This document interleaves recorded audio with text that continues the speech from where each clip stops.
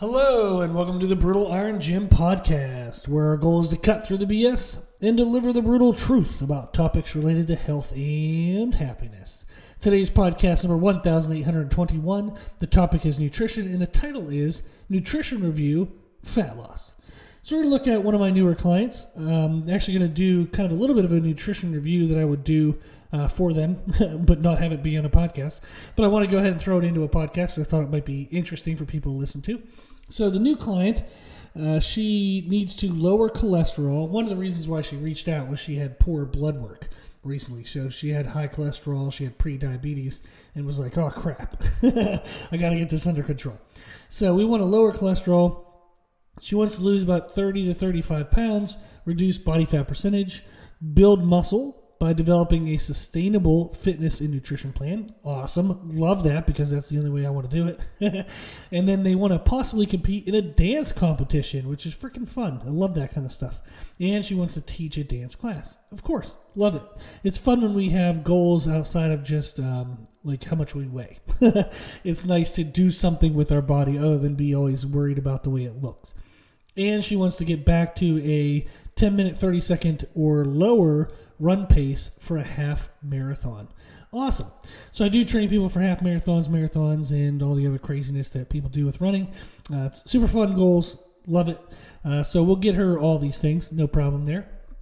She also wrote, I consider myself a foodie and eat all kinds of cuisines, including Italian and vegetarian, but I'm Chinese. So our dinners are often Asian, Indian, Thai, Chinese, and difficult to log because of all the ingredients. I like to make my own pasta and bread from scratch and usually make a fresh loaf of sourdough every week. So we eat more bread than we should. She's going to find out that that's okay. There is no like too much bread. There's too many carbs for calorie content and not getting enough protein. But you know how much bread you actually eat to make up your calories isn't. There's often not those kind of rules. You can fit bread in if you want to. Then she wrote, many of my work meetings are over lunch, and we often go out with friends to dinner, so those meals are difficult to log. I'm allergic to alcohol, so I can only drink about 2 ounces of beer or wine or a half ounce of liquor. That'll just help. Sorry to hear that for you, but alcohol is wasted calories, so it's not it's very frustrating. Like I've worked with people who are lactose intolerant, who are, have gluten issues, and they can't eat certain foods, and it is a bummer to not be able to have that food anymore. But in some cases, it actually adds to the ability for them to be healthier because it's a forced restriction that just kind of helps.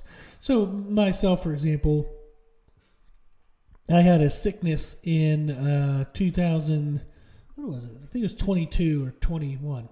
I got super sick for like a week and a half. I lost a lot of weight, couldn't get out of bed, super sick. And after that, I had a hard time digesting lactose. Very weird. I used to drink a gallon of milk a day, and I kid you not, that's not an exaggeration. I drank a gallon of milk a day for 2 years in order to try to gain weight. But now if I try to drink milk, it makes me sick. I can't even eat ice cream. It makes me sick. So whatever the hell that sickness was got me good. So I haven't been eating ice cream for the last year and a half, 2 years, however long it's been since I had that sickness. And it's a little bit of a bummer. Ice cream was my favorite treat. It was my favorite thing to do when I wanted to break out of my diet. But it is what it is. I got to eat a lot of ice cream before that, more than my fair share. So if I have to be a little stricter now, I'm rolling with it. I'll find some other things to have fun with food-wise. But those restrictions, whether it's allergies or whatnot, it is frustrating, 100%, to just not be able to have the choice.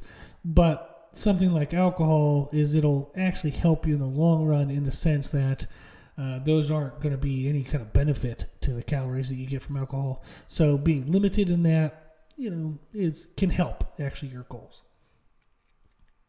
She finished with another paragraph. I know I need to control my portion sizes, but I usually feel hungry often and mindlessly overeat as a result. I'm prompted to get back on track nutritionally because of recent blood work showed that my cholesterol is high and I'm pre-diabetic. So as I mentioned that. I know that a Mediterranean diet would be best for me. We're going to come across that. Well, that's not necessarily the case. but I haven't implemented that yet. The only nutrition tracker I've ever used is MyFitnessPal, the free version. Totally fine. We can use that. My ideal fitness schedule would include walking/running and weight training in the morning and pole classes. So she does pole dance classes and yoga Pilates classes in the evening. Kick ass. Love it. That would be a great schedule. She already walks in the mornings Monday through Friday. So we're going to substitute some of that walking for weight training, get back into running as she's feeling better. So she has some arthritic issues in her feet that we're going to be able to fix with just food selections. So for example, she has, if you have dairy sugars or citrus fruits, that can sometimes inflame arthritis. So if you reduce dairy sugars like galactose and fructose, which are the sugars from fruit, if you take away galactose and fructose, some people often will have a marked improvement in arthritic symptoms by simply reducing that. You can also reduce processed meats that have high nitrates and nitrites, like sodium solutions to kind of help preserve the meat.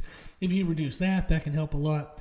There are often classifications of vegetables that sometimes can flare up arthritis. So we're going to look through all that, make sure we address that, and that can actually help her quite a bit.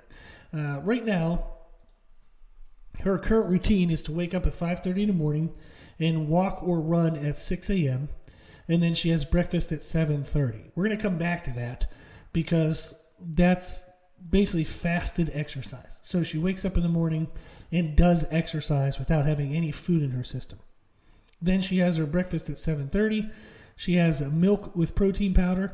Now, she's lactose sensitive, so I'm not sure if this is like almond milk or soy milk. If it is cow's milk, that would be a little surprising. But I'm assuming it's more so soy or almond milk if she's lactose sensitive. So she has milk with protein powder, oatmeal, and blueberries in a liter of water. Okay?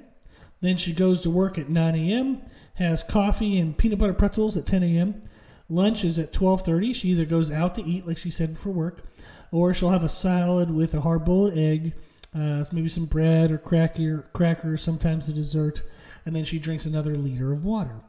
She leaves work around 4:45. At 5 p.m., she gets home and has a snack of nuts or a bit of leftovers. Then she prepares and eats dinner around 7 p.m. She wrote spinach summer salad with bread or meal of rice with a green veggie and fish or chicken, dessert of fruit / milk. And then finishes the last 20 to 30 ounces of water by 9 p.m. So she's aiming for a specific amount of water, it appears, every day. And then she's in bed by 11. Okay. And then she says on Mondays, she leaves work and goes directly to the pole class. Okay, so reading through that, this is a very normal thing of what I get, by the way. This is actually more detailed than what other people give me, so this is pretty good. I like this. The more details, the better. My initial thoughts. Number one, good job on hydration. So she actually does pay attention to hydration. So many people don't consume anywhere near enough hydration, and that's part of why they have low energy levels, poor digestion, like big water bloat. They have way more water retention than they should have because they're just never drinking any water. Therefore, the body's trying to save on everything. It's frustrated and stressed. So she's drinking a liter of water at breakfast, a liter of water around lunch, and then she's drinking more water, I'm assuming, through the afternoon and evening, and then finishes what she believes to be the amount she needs by 9 p.m.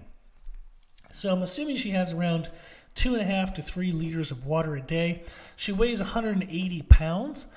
Now, that's not lean weight. We know if she wants to lose 30 to 35 pounds, she's probably more so going to feel like lean and mean and fit around 150. So 150 pounds, if you look at hydration levels, this is not a 1,000,000% accurate, but it gets you in the ballpark. You can think of how much water you need or fluids as 1/2 to 1 ounce per pound of body weight. So if she weighs 150 pounds, she's looking for 75 to 150 ounces of fluid a day. The more active you are, the more fluid you should have. So we're looking at that. She drinks in liters. There's 33 ounces in a liter.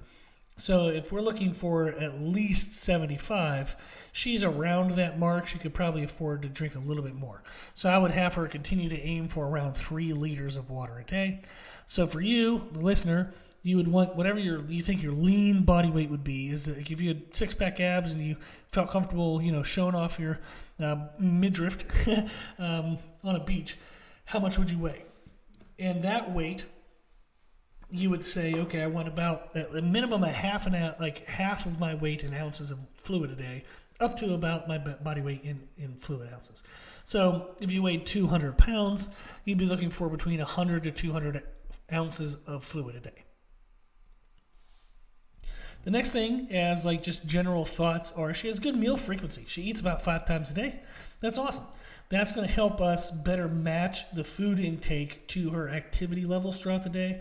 That's going to give her better energy throughout the day. It's going to reduce the cravings and hunger issues that she's having. It'll also reduce cortisol and overall stress in the body, because we'll be able to feed the body as it needs the food.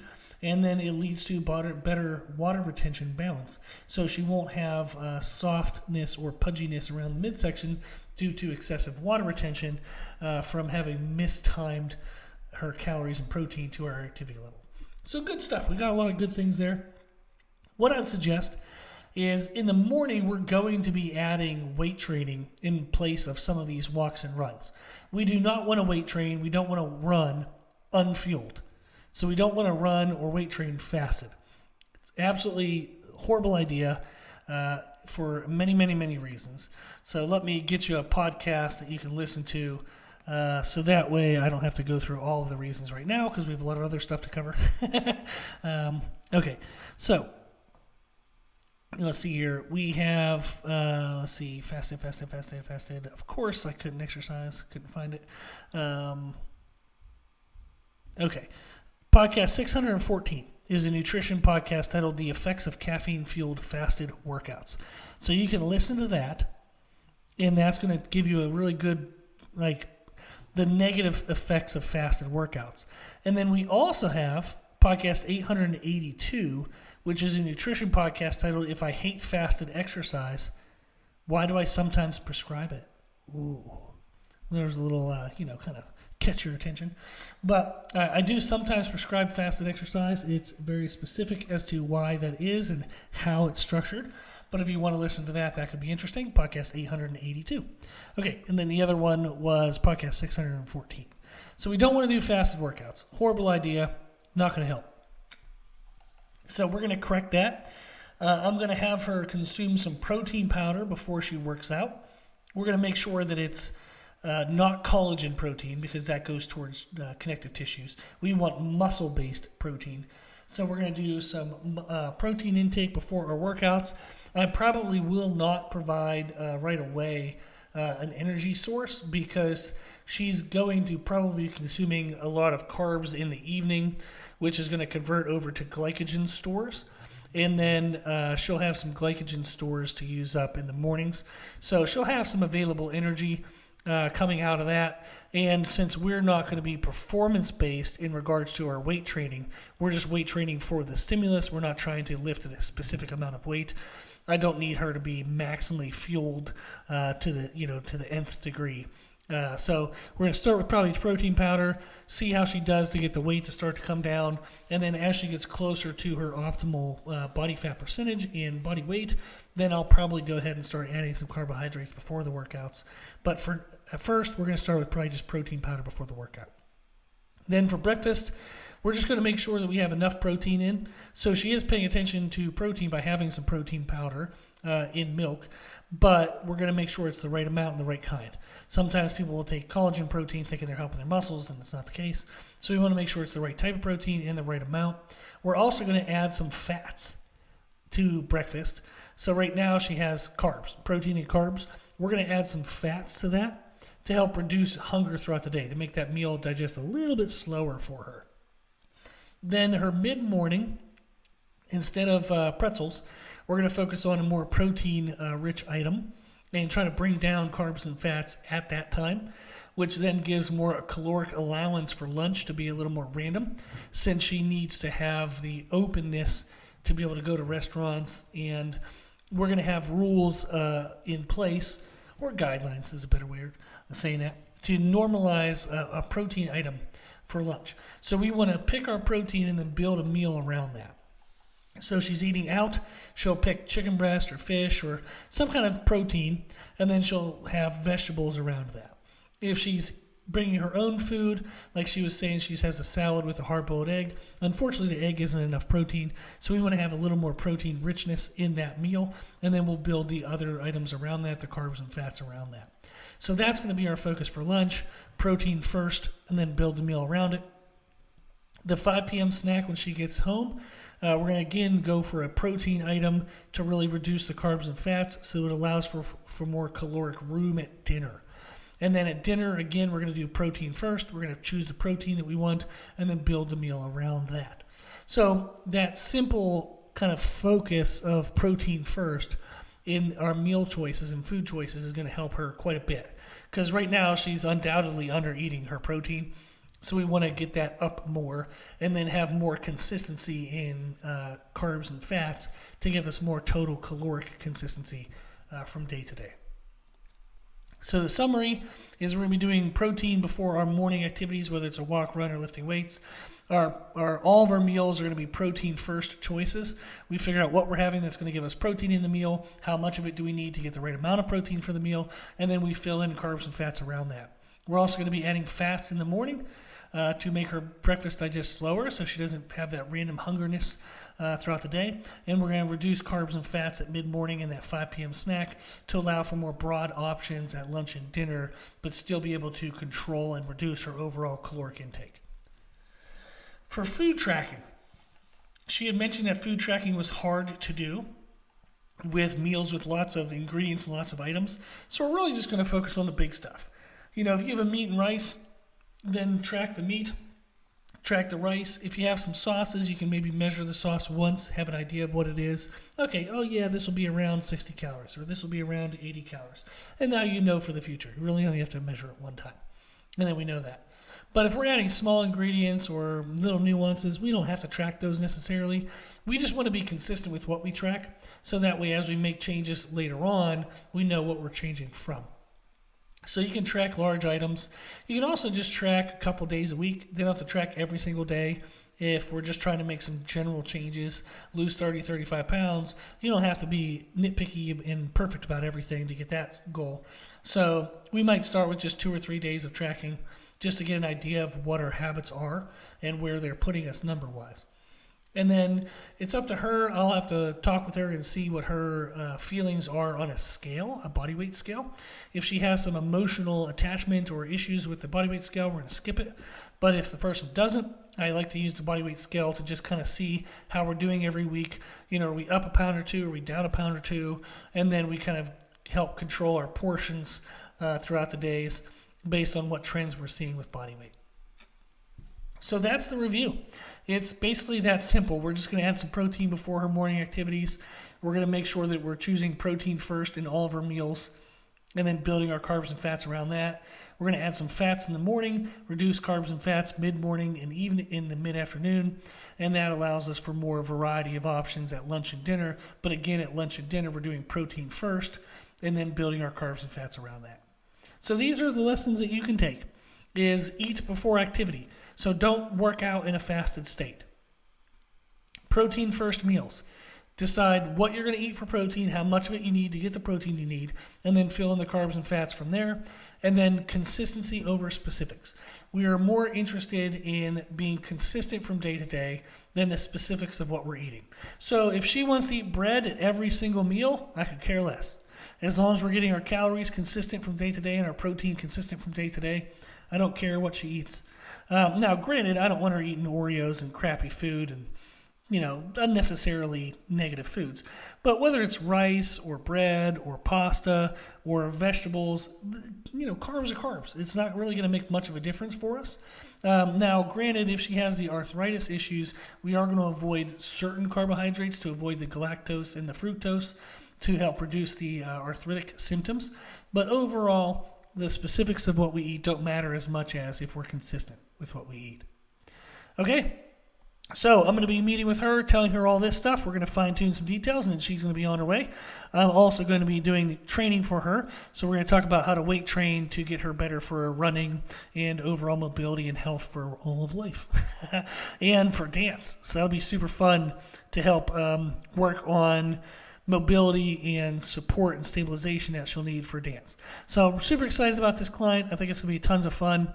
If anybody wants to do any coaching like this is what I do. Just check out our services on our website, www.brutalirongym.com. You can also email me, brutalirongym@gmail.com.